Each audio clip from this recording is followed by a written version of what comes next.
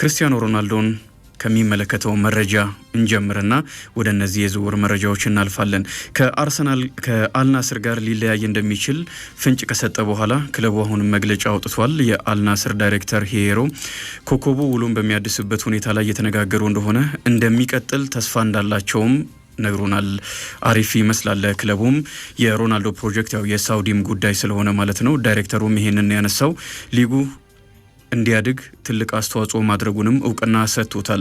ሳውዲ ይህንን ፕሮጀክት የእግር ኳስ ፕሮጀክት አጠቃላይ የኢኮኖሚዋም የቀጣይ ጊዜ ለምታስበው የምጣኔ ሀብት መደገፊያ መንገድም እንደ ትልቅ እቅድም ይዛ ነው እየሰራች የምትገኘው። የእግር ኳስ ፕሮጀክቱ የጀመረው ቻይና ጀምራ ባሰበችው ልክ እንዳልተጓዘላት ከተመለከተም በኋላ ስለነበረ በርካቶች ፍራቻ ነበራቸው። ቻይናን የሚያክል ግዙፍ ሀገር ጀምራ ካልተሳካላት ሳውዲም ላይሳካላት ይችላል የሚል ፍራቻ ነበረ። ግን የሪያድ አካሄድ የተጠና ይመስላል። መጀመሪያ ትልልቅና አንጋፋ ተጫዋቾችን ነው ያስፈረሙት ክለቦች። ክርስቲያኖ ሮናልዶ ከመጀመሪያ ፈራሚዎች መካከል አንደኛው ነው። የሳውዲ ሊግ እንዲያድግ በከፍተኛ ደረጃ አስተዋጽኦ አድርጓል። ከዛ በኋላም ትልልቅ ክለቦች አሁን ወደ ሳውዲ ሊግ ለመሄድ ብዙም አያስቡም። በእርግጥ ከፍተኛ የሆነ ክፍያ ይቀርብላቸዋል። ግን ደግሞ የፈለገ ክፍያ ቢኖር ከታላላቅ የአውሮፓ ሊጎች ወደ ሳውዲ ለመሄድ ይቸገሩ ነበረ። ክርስቲያኖ ሮናልዶን የሚያክል ግዙፍ ተጫዋች በዛ መገኘቱ ግን እንዲወስኑ እያደረጋቸው ነው በሚል ሙገሳንም እያገኘ ይገኛል። ከዛም ባለፈ በዓለም አቀፍ ደረጃም የሳውዲን ስም በመገንባት ደረጃ ቁልፍ አስተዋጽኦ እያደረገ ነው። የሮናልዶ ተጽዕኖ ግልጽ ነው ማለት ነው። በዚህ ምክንያት አልናስር የሀገሪቱም የሳውዲም ጉዳይ ስለሆነ አጠቃላይ እግር ኳሱን የማሳደግ የምጣኔ ሀብትም ጉዳይ ስለሆነ የቀጣይ ጊዜን የሀገሪቱ ቅድም ስለሆነ ያው መስዋዕትነት ከፍለው በዛው እንደሚያቆዩት ይጠበቃል። የማድሪድ ደጋፊዎች ግን እየተመኙት ነው። በልምምድ ማዕከሉ ደጋፊዎች ፍሎሬንቲኖ CR7ን መልሰው ብለው መጻፋቸውን የሚያሳይ ፎቶ ፋብሪዚዮ ሮማኖ ለጥፎ ተመልክቻለሁ። አንሱ ፋቲ ወደ ሞናኮ ለማምራት ከጫፍ ደርሷል። ባርሴሎናና ሞናኮ ስምምነታቸውን ለመጨረስ እየተቃረቡ ነው። እንደ በርካታ መረጃዎች በተጫዋቹ በኩል ሁሉ ነገር ተጠናቋል። የውሰት ውል ነው ሞናኮ ይህንን ተጫዋች የሚያስፈርመው፣ ግን ደግሞ ቋሚ የማድረግ መብትም አለው። ሞናኮ ተጫዋቹን እንደሚያስፈርመውን የተረጋገጠ ይመስላል። ቸልሲ ይፈልገዋል የሚሉ መረጃዎች እየወጡ ነበርና ቸልሲ ይህንን ተጫዋች ከፈለገ የማስፈረም እድሉ ከፍተኛ ነው። ሞናኮ ላያስፈርመው ይችላል ሲባል ነበረ። ግን በመጨረሻ ወደ ፍሬንች ሪቬራ የሚያመራበት እድል ከፍተኛ ሆኗል። ለእኔ ከሚያዝናኑኝ ተጫዋቾች መካከል አንደኛው ነው። ጉዳት ባይኖር የያማልን ያክል እያወራንለት እንቀጥል ነበረ እንደኔ እምነት። ግን ጉዳት የበርካታ ተጫዋቾችን እድገት ጎርቷልና የእሱንም በተመሳሳይ በታሰበው ልክ እንዳያድግ አድርጎታል። ጉዳት ባይኖር ወይም ጉዳት ባይጎትተው ኖሮ ከያማል ጋር የሚጫወቱበት እድል ቢኖር እንዴት ውብ እንደነበረ ማሰብ ይቻላል። ያማል በተመሳሳይ ከላማዚያ የተገኘ ፍሬ ነውና በዚህ የውድድር ዓመት አስደናቂ ሆኖ ተመልክተናል።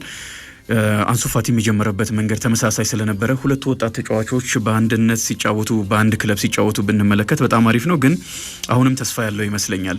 ቅድም ወደ አለንሳነው ወደ ጣሊያን አሰልጣኞች ጉዳይ እናምራ። ማክስ አሌግሪ ወደ ኤሲ ሚላን ለመጓዝ ተቃርበዋል የሚል መረጃ ከጣሊያን አካባቢ ወጥቷል። ጋዜጣ ዴሎ ስፖርት እንደዚሁም ደግሞ ፉትቦል ኢታሊያ ይህንን መረጃ አስነብበዋል። ጣሊያናዊው አሰልጣኝ ዳግም ወደ ፋሽን መናገሻዋ ይመለሳሉ ማለት ነው። አስቀድሞ 2010-11 የሴሪያ ዋንጫን ሚላን ሲያሳ የክለቡ አለቃ እንደነበሩ ይታወሳል። ለአመታት ወደ አሰለጠኑበት ክለብ ነው የሚያመሩት።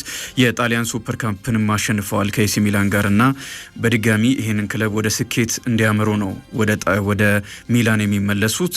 ከዚህ በኋላ ነው ወደ ዩቬንቱስ አምርተው በዚያ በርካታ ድንቅ የውድድር አመታትን ያሳለፉት። ከሚላን ቆይታ በኋላ ሚላን በዚህ የውድድር ዓመት አጀማመሩ አሪፍ ይመስል ነበረ።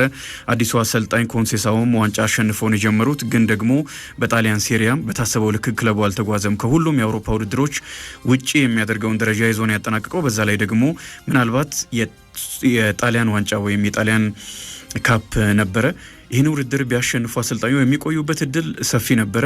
በቦሎኛ ተሸንፈው ይህንንም ዋንጫ ማሳካት አልቻሉም እና ከክለቡ ጋር እንደሚለያዩ እርግጥ ነበረ። በመጨረሻ ኤሲ ሚላን የቀድሞ አሰልጣኙ ዝነኛውን አሌግሪን ለማስፈረም ተቃርበዋል። ዛሬ ከክለቡ ጋር ንግግር ነበራቸው። ጂያምፔሮ ጋስፔሪኒ ወደ ሮማ የሚያምሩበት እድል ከፍተኛ ነው። እኚህ አሰልጣኝ አታላንታ በጣም አስደናቂ አመታትን አሳልፈዋልና በርካቶች በዛው በአታላንታ ቢቆዩ የሚመኙ ይመስለኛል። ምክንያቱም በጣም ውብ የሚባል እግር ኳስን ነው በዛ ሲያሳዩ የነበሩት። ደግሞ በጣም ጥቂት ገንዘብ ያለው ክለብ ስለሆነ ትንንሽ ክለቦች ትልልቆቹን ክለቦች ሲፎካከሩ መመልከት በእግር ኳስ ለደጋፊዎች ትልቅ ስሜትን የሚሰጥ ነውና በዛ ቢቆዩ ደስ የሚላቸው ይመስለኛል። ግን ደግሞ ወደ ኤሲ ሚላን ወደ ሮማ ማምርተው ሮማንም ውብ እግር ኳስን የሚጫወት ቡድን እንደሚያደርጉት ይጠበቃል። በእርግጥ በዚህ የውድድር ዓመትም ሮማ በጣም አሪፍ እንደነበረ ይታወቃል። የዩሮፓ ሊግ ዋንጫን በአታላንታ አሸንፈዋል። ከ51 ዓመታት በኋላ ክለቡ ያሸነፈው ዋንጫ ነው። በጣም ትልቅም ዋንጫ ስለሆነ ማለት ነው። እሳቸው ደግሞ ወደ ሮማ የሚያመሩ ከሆነ የቀድሞው የኤሲ ሚላን አሰልጣኝ ፒዮሊ አታላንታን የሚይዙበት እድል አለ። አንዱ አሰልጣኝ ወደ ሌላ ቦታ ሲያመራ ሌላኛው የሚተኩበት እድል አለ። ግን ደግሞ የአልናስር አሰልጣኝ ናቸውና እስከ 2027 የሚያቆዩ ውላላቸው ይነጋገራሉ ተብሎ ይጠበቃል። ፒዮሊ ከ10 ዓመታት በኋላ ኤሲ ሚላን የጣሊያን ሴሪያን ዋንጫ ሲያሸንፍ አሰልጣኝ እንደነበሩ ይታወቃል። የአሌግሪ 2011 ላይ ነው ዋንጫውን ያሸነፉት። ከዛ በኋላ ከ10 ዓመት በኋላ ነው ስቴፋኖ ፒዮሊ መልሰው ለኤሲ ሚላን ዋንጫ እንዲያሸንፍ ያደረጉት።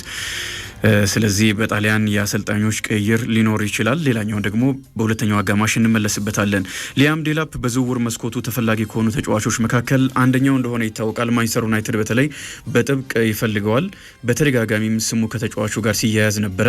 በዚህ የውድድር ዓመት ደካማ ጊዜ እንዳሳለፈ ይታወቃልና ያው ደጋፊዎች ተጫዋች እንዲመጣ ይፈልጋሉ። ቢያንስ ክረምቱን በደንብ ስለ እግር ኳስ እንዲያስቡ የሚያደርጋቸው አዳዲስ ተጫዋቾችን ማስፈረም ነው። ግን ዘ አትሌቲክ ተጫዋቹ ቼልሲን መምረጡን አረጋግጧል። ሌሎችም ክለቦች እንደሚፈልጉት ይታወቃል። ኒውካስል ዩናይትድ፣ ኤቨርተን፣ ኖቲንግሃም ፎረስት፣ ኤሲ ሚላን እና ዩቬንቱስ ከሚፈልጉት ክለቦች መካከል የሚጠቀሱ ናቸው። ዴቪድ ኦርነስቴን እውቁ ጋዜጠኛ ግን ወደ ቼልሲ የሚያመራበት እድል ከፍተኛ ነው ብሏል። ፋብሪዚዮ ሮማኖም ሌላኛው እውቅ ጋዜጠኛ ነው። እሱም ወደ ቼልሲ ለማምራት ተቃርቧል የሚል መረጃ ወጥቷልና ለቼልሲ ደጋፊዎች በጣም አሪፍ ዜና ይመስለኛል። በግል ጉዳዮች መስማማትና 30 ሚሊዮን ፓውንድ ብቻ መልቀቂያ ሂሳብ መክፈል ነው የሚጠበቅባቸው ቼልሲዎች። ለቼልሲ በጣም ትልቅ እድል ነው።